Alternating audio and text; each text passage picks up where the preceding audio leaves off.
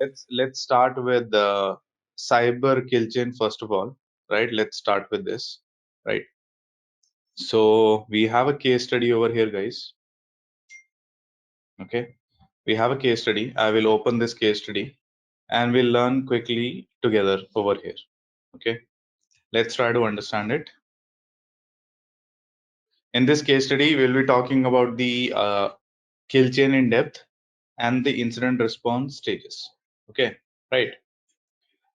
So first of all, if we take an example and we'll learn through example because all these terms are common to you guys. Okay. Reconnaissance, everybody knows and you have the meaning with you. Information gathering, right? I just wanted to ask you in very simple terms, direct question. Reconnaissance is of how many types? Anybody? One is active and one is passive. Which one we actually do in the real world? Active means like you are having a direct communication with the target, right? Or you can have like right now you can have it, right? Passive information is also there, right? But if you ask me, when anybody asks me in terms of threat hunting, right? Passive contains a very good information over here, okay? And actively also it will contain a good information over here. Cool, right? I'll share you a list of things, right? Complete, I would say, an Excel sheet where everything is mentioned, right? So by the time you guys will do the practical, I'll share you all those links and all those things which you are referring into SOC and which you are referring into your daily life also. Okay. Second keyword which is written over here is weaponization, right? What is weaponization? What kind of payload? That can be a physical one, that can be a normal email, encrypted email also, or that can be a password protected file also, anything. Okay. The latest weaponization or the red teaming physically, if you ask me, or digitally, if you ask me, right now, Gmail encrypted email feature is very much hot in the market. One digital way. Second physical way is there is an OTG cable which is creating an issue, right? Especially at the charging ports at the airport, right? So there is a physical thing, if you ask me, physical breach, if you ask me, right? So this Hack 5 OTG OMG cable is there, which is creating up a good issue at the airports. Recently, I think 1.5 months back, right, somebody exploited at the airport. So this looks like a normal Apple Air, like Apple cable, right? But it contains a payload. You just connect to it. It has an IP address, right? So static IP is there. You just connect, open the things, and you can just inject the payload into the device. Keystroke injection, RFI, right?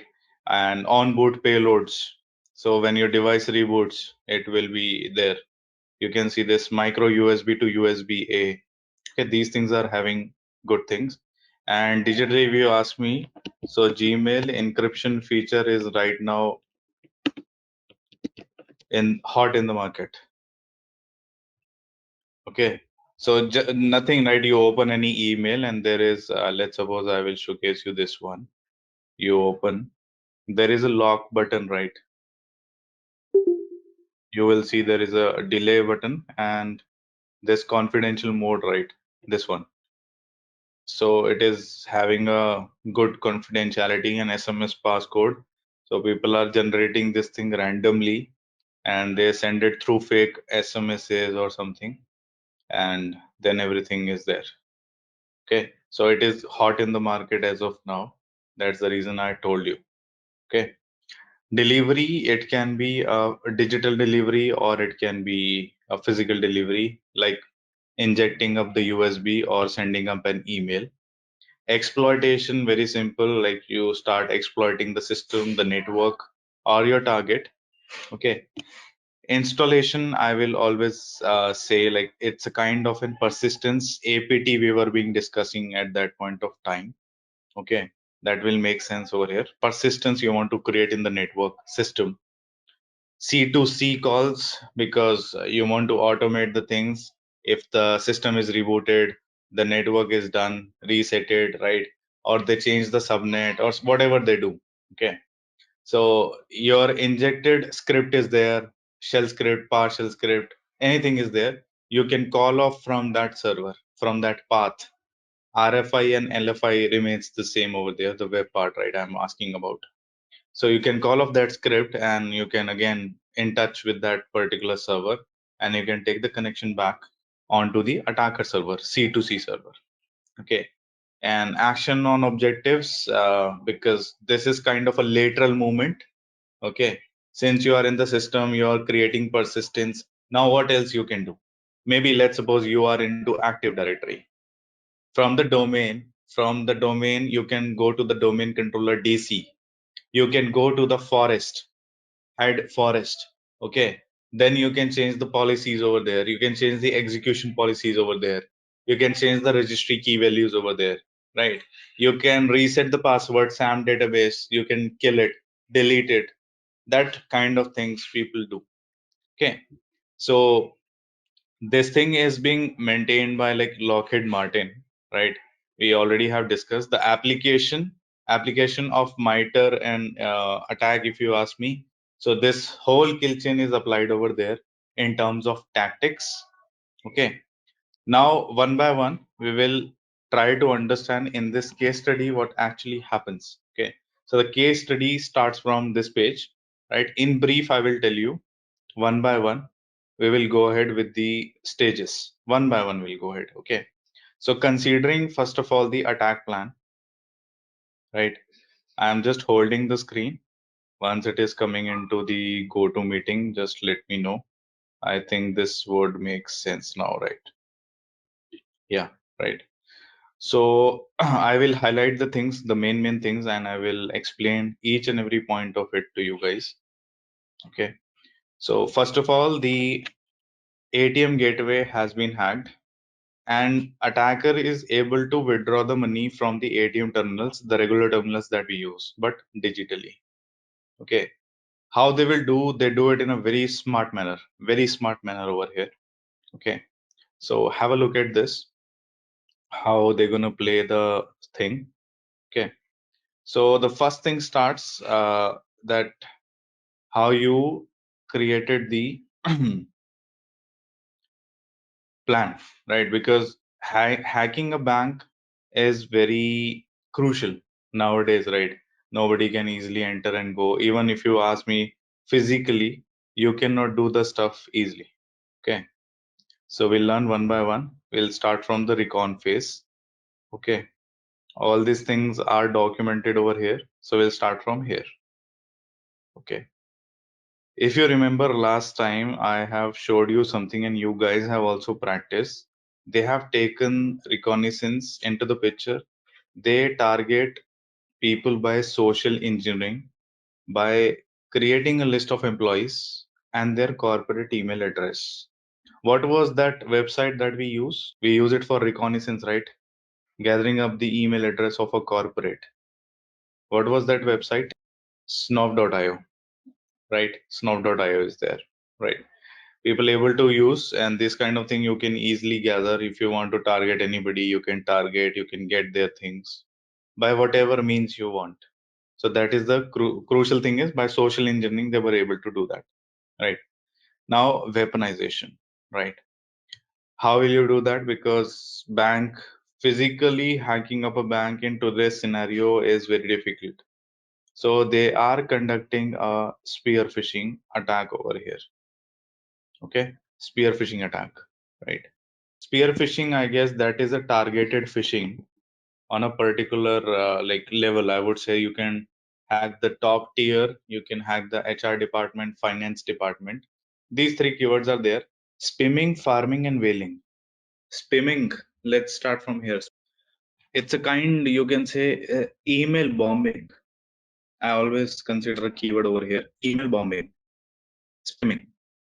Somebody, like, I would say intentionally somebody is sending you high mass email to you in order to bombard your inbox. Okay, it's a kind of email bombing. It's a kind of a script like you can run off. It's a kind of a tool you can just set up and you can send, okay, 1,000 email, 5,000 emails, and your inbox is flooded, right? So that's spamming part. Okay, farming. So if you see, like the URLs are rewritten in a very fancy fashion over there, right? So you will see this kind of farming thing, right? If anybody have even noticed something, I'll showcase you something interesting if you want to go into real phishing, right? So if you see around, there is a script which is known as Celeric script. You all can research on Google right now. Have a look at this. I'll share you the link, okay? This language, see the characters, are these similar to English or not? This is very much like, if you ask me, really red teaming stuff, okay? So we do use these kind of things. Consultant, pen testers, they use these kind of things to bypass the security controls. You can put some characters from here to your domain that looks interesting and similar. SBI has been caught up 2-3 times in the last recent 2 years, I will say you. They have been caught up with these kind of phishing through mobile phone with normal SMSs, just manipulating the normal shorten URLs. Just by that, customer lose their monetary value. Okay, their trust value. Telegram, shorten links, t.me, very much popular in the market. They are being compromised 2-3 times also. So it's not just like WhatsApp. You will see WA dot shorten URLs after that. So this is like one thing which you can see, guys. Similar English character writing is similar over here. People use these kind of things when they rewrite the URL in order to bypass the security control. Looks like English, but it's not English. Okay, have a look. I'll give you a minute. Have a look over it. Okay, so this is how you can relate. Yes, they steal information. If you ask me, like car offers nowadays also having some issues. When you purchase a loan from the bank, okay, people still call you for the verification calls. People still give you a link, right? Credit card, free credit card deals, URL rewritten. They will redirect you, take your PII over there, personally identified information, and your thing is gone. Okay, you will be caught up over there. Especially the health sector nowadays, especially in the COVID situation, real time sharing with you guys. If you do an COVID test here in India, you have to share your PII anyhow. And they'll call you multiple times in a single day just for asking you are all right and you can take our services and all of these things. So it's a mobile thing, you can say, but farming is there, your data is lost. It's gone. Okay. So whether you go to a center or you take a doorstep delivery, it's gone. Your data is being shared, right? So your confidentiality is gone over there. Okay. Nowadays it has been so much parked and it is not there, but at that point of time it was very much popular. So this Celeric script is used for that kind of purpose, right? Whaling is like big fish, okay, always. So you'll be like attacking on the top tier, right? So don't get confused this thing with your spear phishing. That's a targeted, that can be any group of people, but this one is mostly to masquerade, I would say, any kind of a senior person, right? CISO, okay, you can become a CISO or you can become a CEO, CFO over there, right? And quid pro quo, you do something, I'll teach you something, you will also share me something, right? Something like that, maybe in terms of monetary value or any other stuff. Okay, cool. Coming back to it, that's the reason I was there on the delivery part. So they conduct a spear phishing attack, and the email has been sent to the financial department. Okay, so they target the financial department in this particular situation.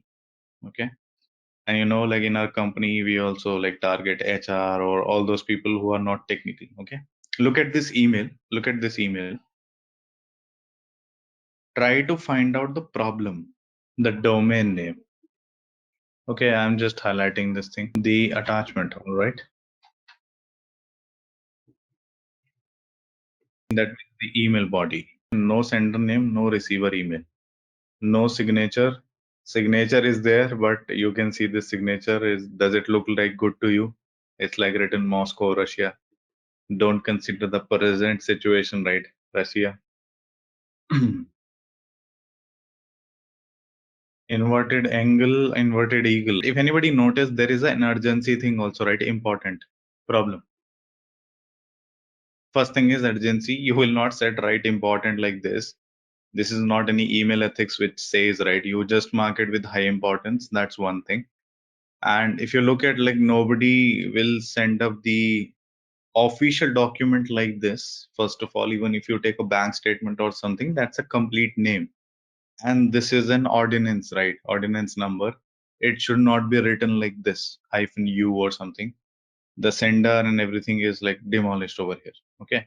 So these are some close things in the email. So that's a quick view. Let's proceed further over here. They attach a PDF now. Okay. Now, if you can see exploitation part and the installation part, I will just hold the slide over here, right? The screen over here. So whenever you are downloading a PDF, the files are being copied. The files of the loader software are being copied to the employer hard disk, and the loader software is added to the list of the startup programs. After an employee opens up the PDF, the files of the loader software are copied and it is there to the normal hard disk. Let me have a quick short note over here. Okay. Copy it to the employed hard disk. Okay, that's a short notice to us, and it's great to write over here. Okay, so now what is happening? You're sending up an email, you have the finance department in your hand, you're sending to that, somebody opens it, there is a PDF file, you open that, there is a loader software which is being copied to your hard disk, and it has been added to your startup items, or you can say the startup programs. Cool, fine, till here, I guess no issues is there. Okay. Now installation starts, right? On the next startup of the compromised computer, right? The loader will download the bot software, install it, and add it to the list of the startup programs, right? After these all actions are completed, the loader will monitor the activity of the bot. If bot is not present, the loader will go to the installation step again. This is a very crucial point. APT is doing right now. Advanced persistent thread. The script is written in a moment or in a matter over here that the loader is actually downloading the bot. If bot is detected by your endpoint or any other thing, after a while it will download it again. So that's a kind of a loop you can see right now. Okay, that's a kind of a loop right now. And I'm adding this point to our notepad thing also. Have a look, guys. Okay, have a look at these two things. If you have any other doubt over here, you can let me know. Any doubt till here?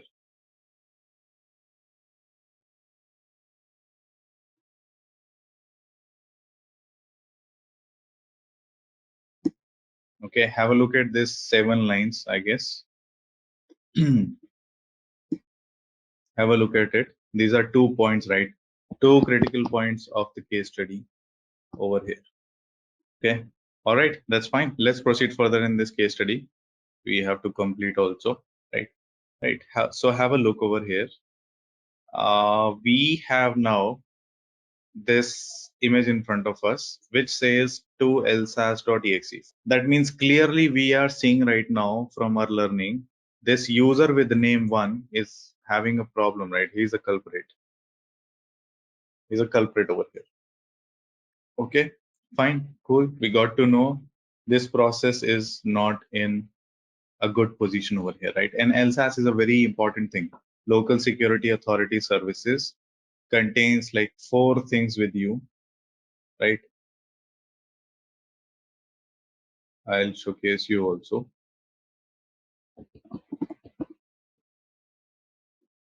Okay, I'll showcase you over here also if it is possible. It contains four things, okay? You should know the depth of the process. That is all we can discuss over here. Local, yeah, this one. Okay, have a look. CNG key isolation, credential manager, security accounts manager. Okay. CNG key isolation contains your public and private key pairs. Okay. Credential manager is like simple. If you open credential manager over here, you can see Windows credential manager is actually helping you out to store your logins, web logins or web passwords over here. Okay. It will help you. Maybe in Internet Explorer, maybe in Edge over here. Okay. Or your default browser. That's your choice. And SAM database, security accounts manager, that is like an encrypted database that is actually storing your Windows password. Okay, fine. Now they are trying to compromise this particular process over here, right? And we have to think in an IR manner also over here, right? Now, stage 7 and stage 6, since the bot software is able to maintain a connection with the C2C call, so your command and control is working fine over here. They are trying to make a C2C call, right? And lateral movement, I told you like action on objective, or literal meaning, if you ask me, whatever you have planned, your goal is now being achieved. Okay. So that's like a lateral movement. What else extra things you can do now with that particular stuff? Let's suppose you hack a router. So what else you can do? You can change the password, you can change the security, or you can change the pin, right? Or you can like whatever attached device are there, you can try to exploit those things also. Okay, so these all things we can play, right? These all things we can play. There is no problem in that, right? And over here, right? Over here, the lateral movement is since you are able to exploit the uh, lsas.exe. So now you're trying to get the administrative account. That is your main thing. Okay. So how they are doing it? How they are doing it? Okay. Have a look now how they are doing it. They are using one of a utility over here. Okay. Mimikatz. Mimikatz, what does this utility do? Mimikatz has been so much popular since last 3-4 years in Active Directory. It is so much popular. So much popular, I would say. There are more tools like Bloodhound and all those things, hunting tools, but this thing was being popular because you can execute it from a Windows to Windows machine, and you can execute from a Linux to Windows machine also. So that's a choice, right? Because it's written in C, so the script is there, and the exe is also available. Portable exe is there. So it's a credential dumping tool, guys, and that will give you the password in clear text. No brute force or any other tag is required for it. I'm proceeding ahead from here now. Okay, the things will go more complex now. Okay, from this case now things will go more complex. And since you are able to have the password, right, you can withdraw the cash from the ATM terminal because that is the actual end node. Okay, so attacker is able to stimulate the cash, right, cash withdrawal operation, and they are able to dispense the money. Okay, now we are moving to the IR part, the actual IR part. Okay, I will touch the corporate level, and I'll touch the bookish knowledge, or I will say whatever we are discussing since ages. I will discuss with that also. Okay, we should follow a standardized or a guideline or a procedural thing for incident response. Okay, what standard do we use for incident response in corporate industry? NIST SP 861 R2, exactly. Okay, if I precisely open that thing, right? So just a moment, right? NIST SP 861 R2, right? That's standard, very standard. You maintain your checklist over there, and you can see everything over there. Let's suppose I open. I'll share you the link as well. Okay, this one, incident handling guide. Okay, and yes, we are following these things, and NIST has been so much popular, right? Not just from today, from last couple of years, it has been so much popular. Okay, and it's big also. When you take out the implementation, it would take like 8 months, 9 months, like if you follow the proper things, right? So you will see like preparation, detection, analysis, containment, eradication, and recovery, post incident activity that has been designed, and we follow these very simple things in organization, right? Now preparation, identification, containment, eradication, recovery, lessons learned. Somewhere you will see containment, eradication, recovery one step. Somewhere you will see different. Don't get surprised. It's just the way like how it is written. Okay. But yes, everybody in the organization follow 861 R2 release. Cool. Let's go ahead and see this structure, right? Uh, carefully see the diagram. Carefully see the diagram. Find out the problem in this network design. We do have a network architect in the team also. This is the corporate network of a bank, of the bank, I get say, not of a bank, of the bank. Find the problem. We are relying on open source Squid proxy and just AV. In this case, Squid proxy, SOX proxy, you can say, and an AV, right? Kaspersky security solution is there. Kaspersky is there, right? And this is bank, right? That's pathetic, by the way. It's written, it's pathetic, right? Poor network architecture, or the design is very low end, I would say. There is no firewall. Okay. And what do you think, guys? This Linux router, it's there in between. Do you feel this is a single point of failure? If I remove this thing from the network, I think everything will collapse. Does it look like a single point of failure? Right? Correct. Then proxy is going, then direct int is going to the DMZ zone. There is no nothing in place in depth. Okay. Postfix MTA, that is a mail transfer agent. Okay. Not at all. Nothing. Right. Then Kaspersky security solution directly logs are going to the QRadar and then to the endpoint. You can see that's the bash in host, right? And all of these things are end node. These are bank employees, right? ATM gateway is there directly connecting to the node, and you're withdrawing the cash. That's a normal structure, right? But yes, this is a poorly designed thing, I would say, first of all. The very much loophole that we can see over here. Now, identification, how they are trying to identify, right? Since we have QRadar over here, right? Since we know Mimikatz is also being run, right? And since we know C2C URLs are being detected by the SIM, botnet URLs are being detected by the SIM solution QRadar. In this situation, no email filtering. Okay, it's written C2C URL, KL Kaspersky Lab thread feed service version 2, botnet address 10.65.65.65. It has been detected. It has been detected, right? And if you guys like have a fair enough of the idea of the QRadar, right? So I think in the events tab and in the log activity, you will see these kind of things. You will see these kind of things. Okay. And you can correct me if I'm wrong. Okay. Second step, like first thing is like preparation. They are doing identification of this thing, right? Now containment. First thing is to isolate that part. Simple literal meaning is isolation, right? How they are doing this thing, since we have a Linux router, they are trying to isolate that system from the compromised network, or I would say list of compromised network over there, right? So you will be running that command on the router. I'll showcase you the command. Have a look at this, right? Have a look at this. This is written IP tables -a forward -s -j drop. This command has been run on this PC on the router to prevent the further infection or to receive any kind of data from the outside world, since you are making a C2C call.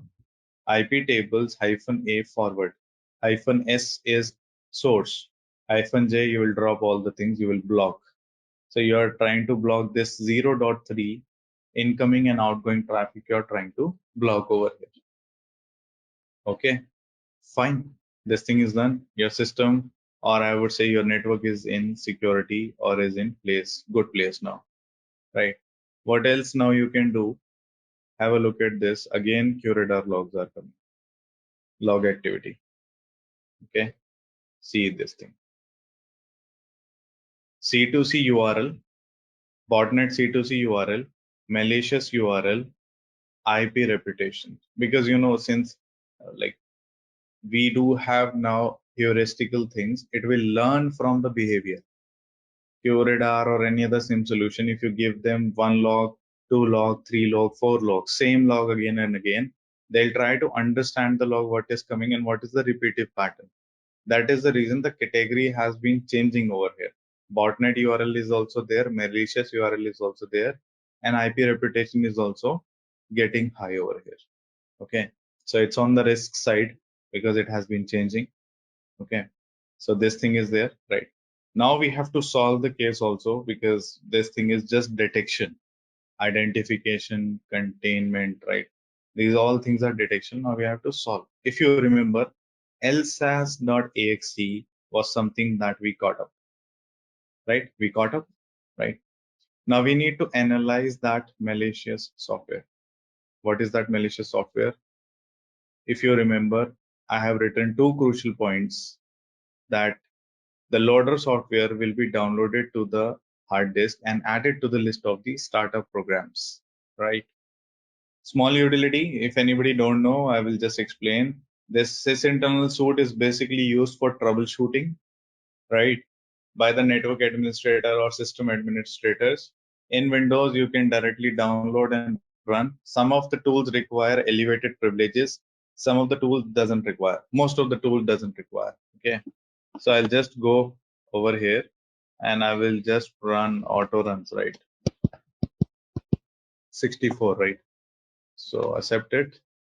And you can see like I can have a look at it, what all auto runs are there over here, along with the registry value, along with the exact path, right? So if you are given a system, right, you can diagnose that system very nicely over here.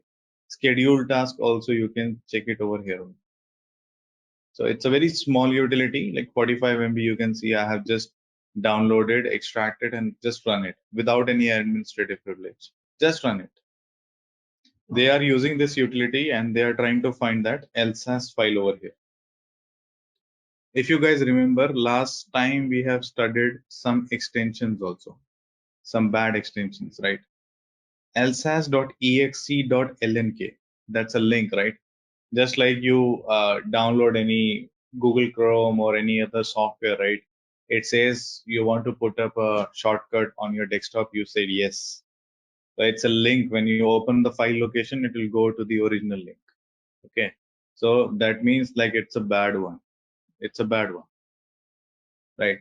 Now, if we proceed further over here, what we are trying to do, we are trying to diagnose that system, and we are diagnosing this thing through memory now, right?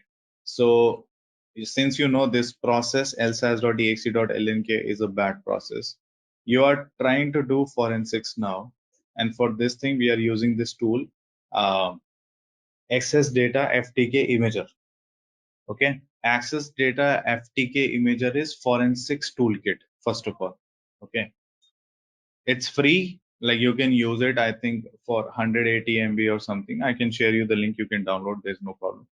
You can take the RAM shot because you have some data inside your RAM, volatile data. Okay, you can take a snapshot of the RAM and you can try to analyze that thing. The DMP file, or we generally say taking the dump of a system. Okay, it is actually nothing. You are taking a RAM shot or you are taking a memory shot. Fine.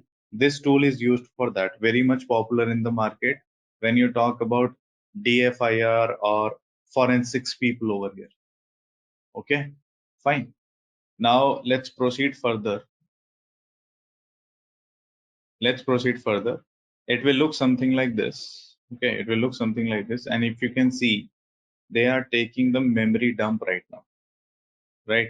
So mem file is there. We can take virtual dump also. If you talk about VMs in the Blade server, right? You can take a snapshot that will create a virtual memory file also, vmem file. This will create dot mem file, mem file. Okay. So that is nothing but a memory dump of that compromised system. Okay. And another forensics tool that they are using is volatility. Volatility is nothing. This is a memory forensics framework, open source. And briefly, I'm giving you an idea. You can all download in Microsoft. You can start using it. You can. It's pre-built in Kali Linux, Parrot OS, or whatever pen testing systems you want to use. Right? KNOS, DevOS, whatever you want to use, you can use. Volatility is a memory forensics framework. In Windows also we can use. There are certain commands inside it which you can run it against the mem file or vmem file. Okay. So here they are writing a command volatility ps list process list hyphen f is the file name. This is the file name. And they are defining the profile or they are defining the architecture of that particular system over here. Windows 7 Surface Pack over here, 64-bit. Okay. PS list is process list. Fine. And hyphen f is the file name, and you can see the file is described over here. Okay, fine. Little bit, I said you like it will go more complex now. Okay. Now complexity comes over here since we have two lsas.exe. Carefully look at it. I'll showcase you. Carefully look at it. There is a PID and there is a PPID. PID is process ID. This is parent process. So child parent thing is going on. Okay. I'll use another highlighter right now. In this case, I'll use a blue one. Okay. You can compare this thing and you can compare this thing. First of all, I will use another highlighter, a purple and an orange one here. You can compare this thing and you can compare this thing.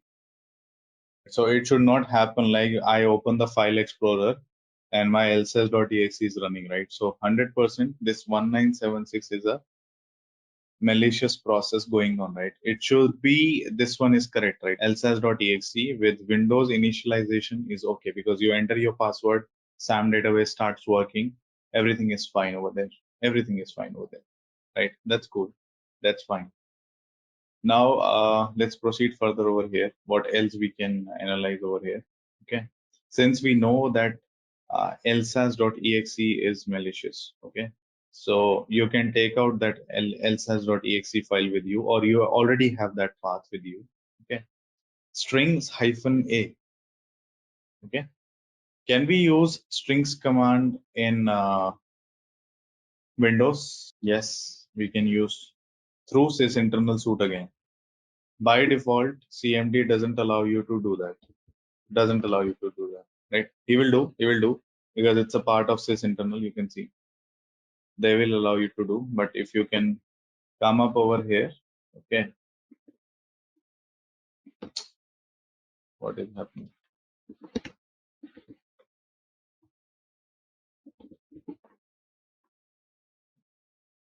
Oh, oh, oh,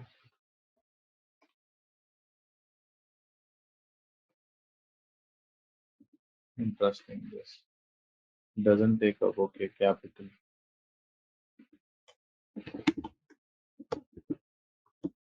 Yeah, but if you take this thing right, it doesn't allow you to do that because it will not recognize, right? So you have to take that part, and what this string command will do, it will take the human readable string out of that exe or any other file. If you have a bin file, if you have img file, ISO file, whatever you have.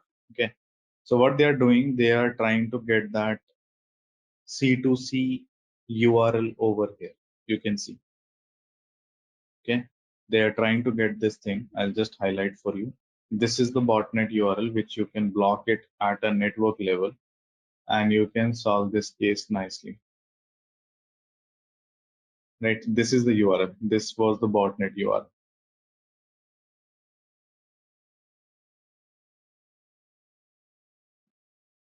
Mm, yeah, this one. This one is the botnet URL. Subbotnet dot domain dot com dot something something it is written, right? And this is how you actually block that thing. Okay. So this one was the actual problem. This is how we diagnose the problem, right? So this is, I would say, what every corporate is demanding, right? So when you look out for hunts, right, you are looking from the organization posture, you have to go a little bit depth over here, right? So I'll not say you will become a forensic expert. A threat hunter is actually a very versatile profile, I would say. So you have to have flavor of malicious thing as well. You have to have flavor of network as well. You have to have flavor, whatever SIM solution you are using. You have to think in a hypothetical situation also over there. The use case situation that if that thing has happened from a Tor node at that angle, what things you can do, how you will hunt over there, right? Because all of these products, CrowdStrike, Falcon, if you heard of, FARA, if you heard of, so those things take actually the threat feeds, right? Actually they pay for the subscription for Tor as well. In that way it become legal, right? Because you are taking a source of Tor network as well. Okay, that is like one thing, right? So these are the lesson learned, guys. You can see. Okay,